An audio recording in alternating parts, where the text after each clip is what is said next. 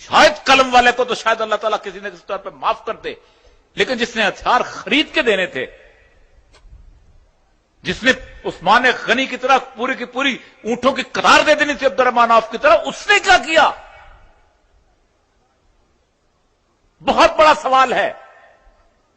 آپ کو پتا ہے کہ کتنا بڑا آپ اپنی کتنی بڑی انویسٹمنٹ کرتا ہے آپ کے مقابلے کے اندر وہ؟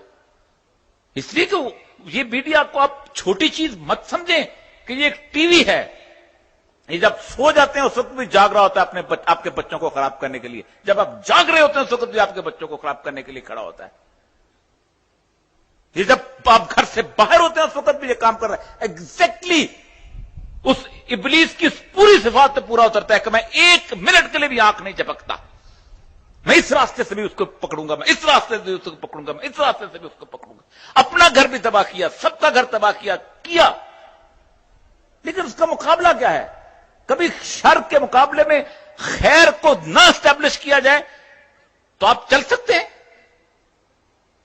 ایک پوری کی پوری خیر آپ ایک آدمی کو اپنی تبلیغ سے، اپنی بات سے، اپنی گفتگو سے کہہ دیں گے، لیکن مجھے آج بھی یاد ہے، میں ایوان رڈلی جو طالبان کے خل میں ٹائم سے لے رہا ہوں، ایوان طالبان کی قید سے جس نے مسلمان ہوئے، پہلا کام اس نے وہاں جا کے کیا جب اس نے حجاب پہنا ہے اور اس کے بعد پوری قرآن کی تعلیم، پہلا کام اس نے یہ کیا ہے، ایک اس نے سوشل آرگنائزیشن بنائی اور دوسرا کام اس نے کیا ہے کہ اسلام چینل کھولا ہے۔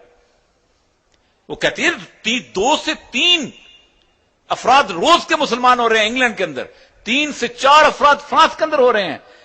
نہ ہم بچوں کے لیے کامکس لکھ رہے ہیں، نہ ہم بچوں کو ان کے اوپر چھوڑ رہے ہیں۔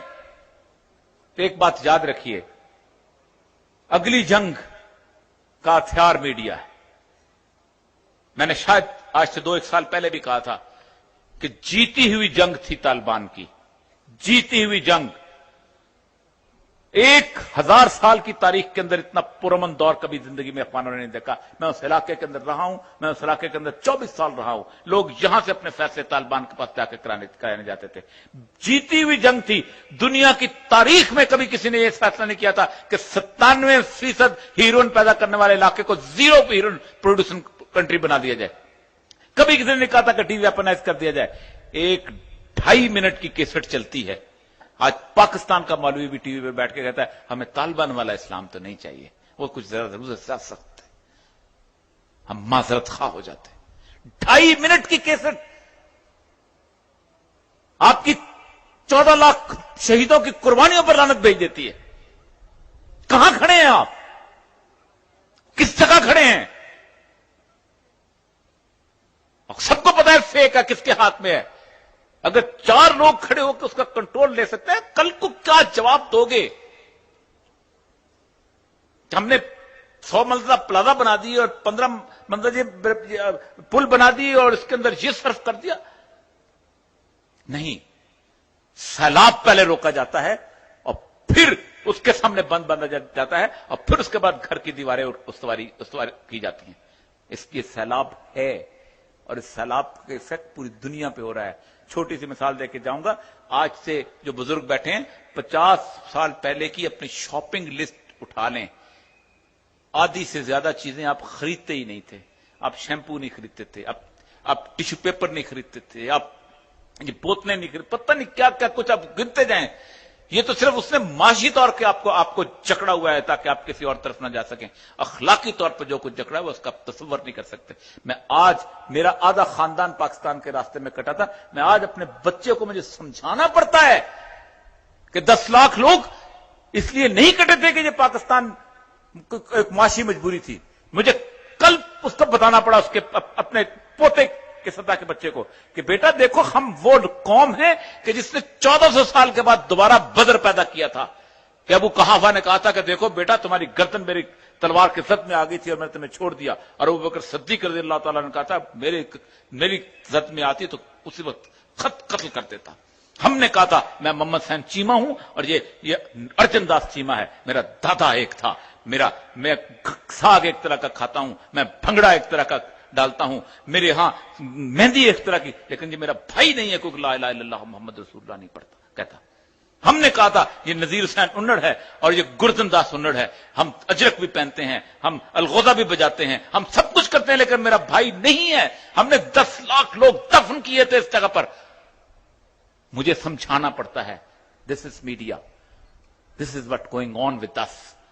مجھے انگریزی بولنی پڑ رہی ہے، لیکن ایک بات یاد رکھیے، اگر اس سیلاب کو نہ روکا، اگر اس سیلاب کے مقابلے میں آپ کا سیلاب اس کو واپس پلٹنے کے لیے نہ آیا، آپ بنیادیں استوار کرتے جائیں، دیمک آپ کو کھاتی جائے گی۔ وآخر دعوانا الحمدللہ رب العالمین۔